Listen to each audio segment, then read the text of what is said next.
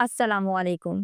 27 رجب المرجب کی وہ نورانی ساعت کہ جس دن حضرت جبریل امی پروردگار عالم کی طرف سے وہ پیغام لے کر آئے کہ جس کا انتظار صدیوں سے ہو رہا تھا۔ جی ہاں، ایک دن امام جعفر صادق علیہ السلام سے کسی شخص سے سوال کیا کہ یا ابن رسول اللہ، کیا مسلمانوں کے لیے عیدین یعنی عید الفطر اور عید الاضحیٰ سے بڑھ کر بھی کوئی عید ہے؟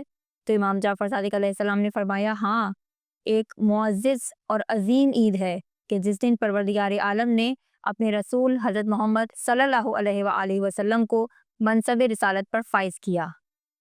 ناظرین، شیعہ نقطہ نظر سے روز بعثت امام علی علیہ السلام کے ذکر کے بغیر ادھورا ہے، کیونکہ وہ پہلا شخص کہ جس نے نور نبوت کو آپ صلی اللہ علیہ وآلہ وسلم کے چہرے پر دیکھ کر بلا جھجک گواہی دی، وہ حضرت علی ابن ابی طالب علیہ السلام تھے۔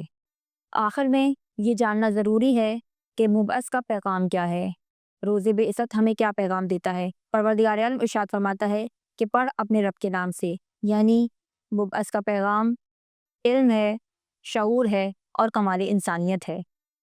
ہمارے ائمہ علیہ السلام ہمیں خوشیاں منانے کے ساتھ ساتھ یہ درس دیتے ہیں کہ ہم اپنی زندگیوں میں بھی بعثت پیدا کریں، یعنی اپنے اندر کے اندھیروں کو علم کے نور سے ختم کریں۔ اللہم اجل ولیک الفرج۔